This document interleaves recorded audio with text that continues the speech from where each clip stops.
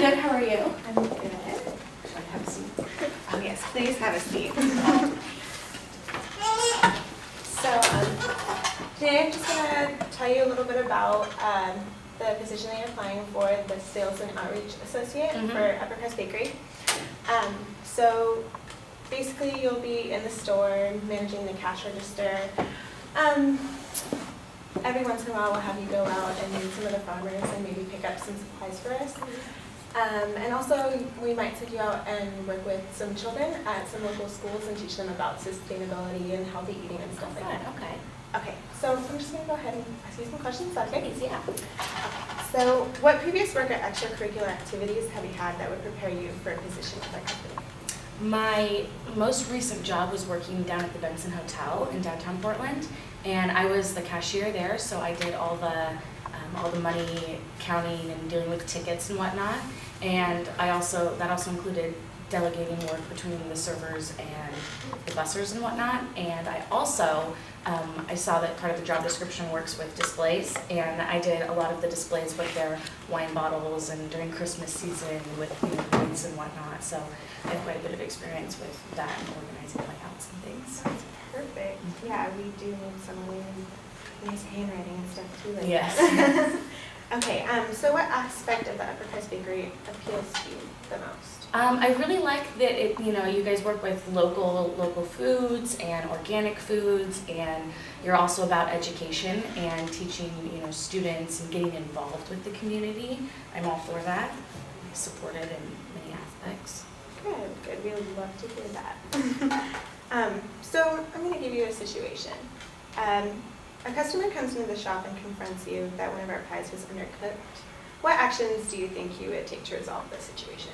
I would apologize to the customer first off, and I would offer a replacement pie or a free pie to make up for it, and assure them that the company is usually better than that, and that it won't happen again. Perfect. Okay. So one of our main goals at Uppercrust is to develop relationships with the local farmers, like I said before, which involves visiting the farms as well as the farmers coming in to visit our shops. So how do you think you would go about cultivating those kind of relationships with the farmers? I think it would be best to first go see them in their environment and start from the beginning and learn about the products that we're using from them and how their farms are run, and then inviting them to come see what their labor has turned into, and try our pies and maybe make a little social event out of it with all of our everybody that we get all of our ingredients from. Make sure they know where everything's going. I like that idea, having a social event together. So what do you think our business could do, kind of going along with that as a whole, to strengthen those relationships more? So you mentioned a social event. Yeah, and then also keeping good communication open between us, where if they have, we would want our suppliers and whatnot to be comfortable to come forward with complaints or changes or suggestions or anything, more of a mutual beneficial relationship, just keeping that top priority. So our business only produces pies, like I said, but we also do the community service to local schools, and we inform children about sustaining practices, and we do this through our outreach program. So what kind of creativity or skills or even experiences do you think you'd be able to contribute to this task? Well, I was a nanny for 10 years on and off with many different families, and I'm great with kids, come from a huge family. So I would be really excited to go work with schools, and I've worked with children many times before, and just getting their creative energy, flowing and helping us, maybe have, teach kids how to make their own little pies and whatnot and little things like that. Get them excited about making their own food and learning about food.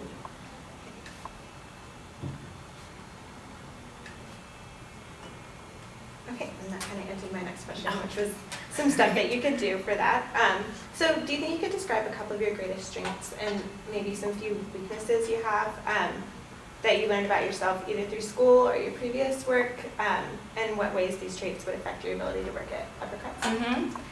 I think one of my most beneficial traits for you guys would be, when I just don't stand idly. So when I would be at work and whatnot, if there's nobody in the store, that's when I would go around and I would clean and organize and rearrange things and make sure everything's ready to go for the next shift. I'm very, very organized in that sense.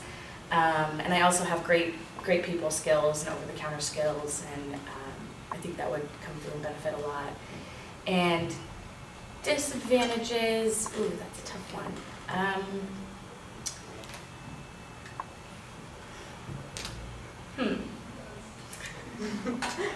If you can't think of any, that's yeah, okay. I mean, I guess maybe scheduling would be the only thing that I'm particular about, because I do travel a little bit, not too much, but making sure that I would get time off for things and family time in is important to me.